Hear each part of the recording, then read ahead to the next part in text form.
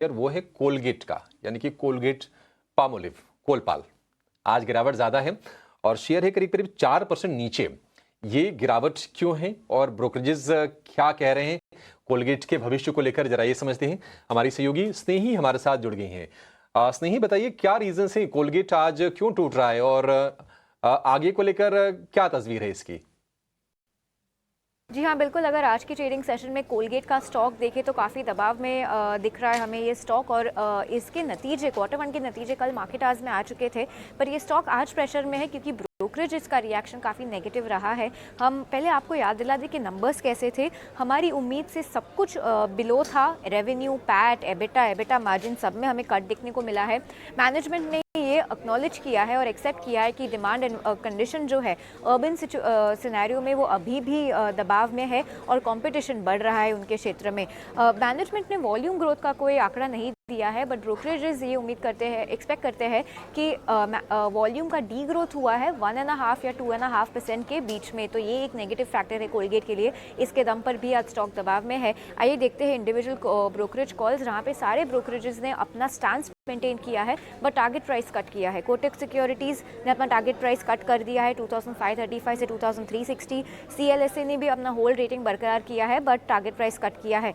Investec, Goldman सैक्स दोनों ने sell rating बरकरार रखा है बट टारगेट प्राइस काफ़ी हद तक कट कर दिया है।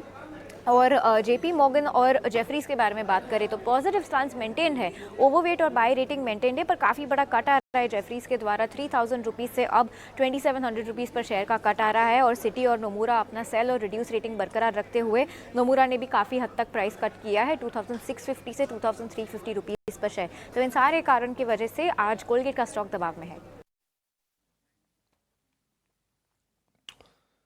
ठीक है स्नेही, बहुत शुक्रिया। नतीजों के पहले भी हमने देखा था कि कोलगेट थोड़ा प्रेशर दिखा तो रहा था, लेकिन जो ही नतीजे आए और आज इसमें फॉल काफ़ी ज़्यादा बढ़ गया है और अब ये शेयर जो है वो है दिन की निचले स्तर पर 4% के आसपास की गिरावट कोलगेट में हम देख रहे हैं।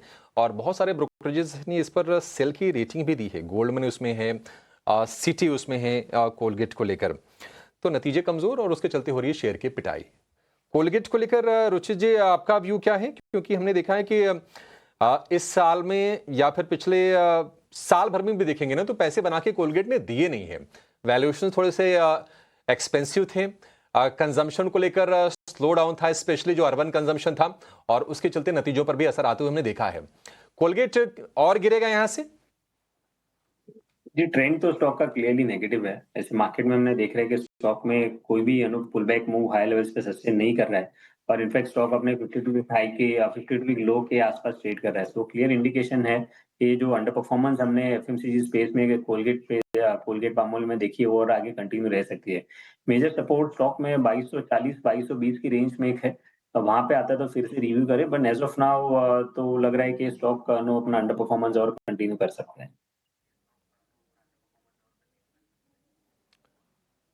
आप भी निकलने की सलाह देंगे रुचि जी, किसी के पास है तो? जी, आई थिंक है तो भी निकल जाना चाहिए यहाँ पे, क्योंकि लग नहीं रहा है कि ऐसे मार्केट में स्टॉक में कुछ इतना परफॉर्मेंस आने वाला है। ठीक है, अगर आपके पास है तो आप निकलने के बारे में विचार कर सकते हैं कोलगेट से, क्योंकि लगातार गिरावट हो रही है। और अगर आप साल भर में देखेंगे ना, तो करीब 27% ये शेयर टूट गया है और इस साल में भी कोई मतलब ट्रेंड रिवर्सल हो नहीं रहा है। 16-17% नेट नेट आपको ईयर टू डेट ये शेयर नीचे दिखाई देगा कोलगेट का। तो एक मल्टीनेशनल है, एफएमसीजी दिग्गज है, लेकिन नतीजे भी कमजोर और हम देख रहे हैं कि शेयर का जो प्रदर्शन है वो भी कमजोरी की तरफ ही इशारा करता हुआ दिख रहा है। कुछ और शेयरों पर जरा नजर डालते हैं।